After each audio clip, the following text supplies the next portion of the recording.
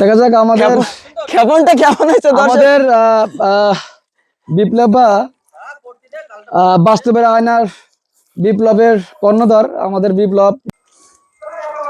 দর্শক, সুন্দরবনে আসছি আর সুন্দরবনের নদীতে মাছ শিকার করব না, সেটা কি কখনো হয়?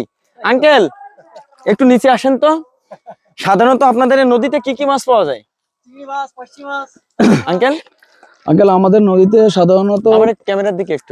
যেহেতু এটা নদী, জি, এটা আমরা যে কয় প্রকার আছে এটা আমার ক্যামেরার দিকে একটু। বলা পসিবল নয়। হ্যাঁ, তবে আমাদের জানা মতে প্রায় শতাধিক মাছ আমাদের নজরবন্দি আজ পর্যন্ত হয়েছে। শতাধিক জি। আইটেমের মাছ না? তো সেক্ষেত্রে আমাদের সব থেকে ইলিজেবল যেটা আমরা সবসময় পেয়ে থাকি, হ্যাঁ, সেটা হচ্ছে লটকি মাছ এবং হচ্ছে চিংড়ি মাছ, এবং সব থেকে জনপ্রিয় যে মাছটা হচ্ছে পার্শে মাছ, পার্শে মাছ। যেটা শীতের সময় অনেক টেস্টফুল হয় এবং এটা অ্যাভেলেবেল। আমরা এখন এখানে টেস্ট করে দেখবো যে আমরা এখানে আমাদের মাছ আমরা পাই কিনা, আমার নসিবটা কেমন আসলে। আর আমরা প্রিয় দর্শক আমরা খেয়াল করব যে আমাদের এত মানে প্রিয় কন্টেন্ট ক্রিয়েটর আমাদের বাস্তবের আয়নার বিপ্লব বা উনি আমাদের মানে নদীতে জাল মারবেন।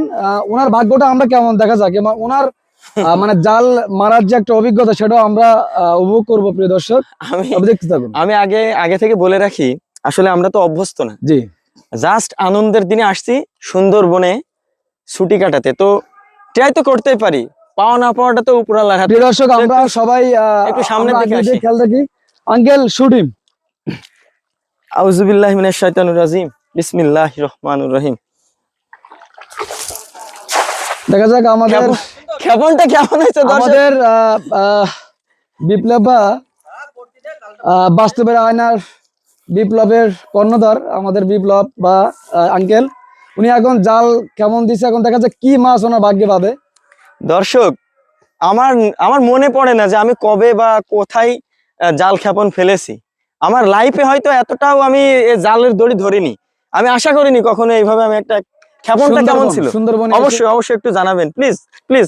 প্রিয় দর্শক আসলে আমাদের বিপ্লব ভার একটা এক্সাইটেড কাজ করছে মনের ভিতরে, যেহেতু সুন্দরবনে প্রত্যন্ত এলাকায় এসে উনি মানে এত একটা নদীতে জালের একটা ইয়ে দিছে, কাবলা দিছে।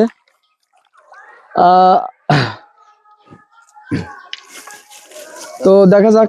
প্রচুর ময়লা দেখছি, কাঠ সবই।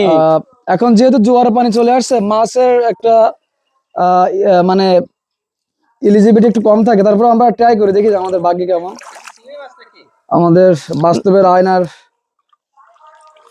বিপ্লব পেজের কর্ণধার উনি এখন জাল ওঠাচ্ছেন আমাদের, আমরা সবাই নজর রাখি। ও আঙ্কেল বড় একটা মাছ চলে গেল, তো আপনি খেয়াল করলেন না? বড় একটা পার্শে মাছ চলে গেল। প্রচুর ময়লা আমাদের বিপ্লব আঙ্কেল উঠাইছে, অনেক পরিশ্রম করে খাবলা দিল। প্রচুর ময়লা তো। অলরেডি একটা পার্শে মাছ চলে গেল।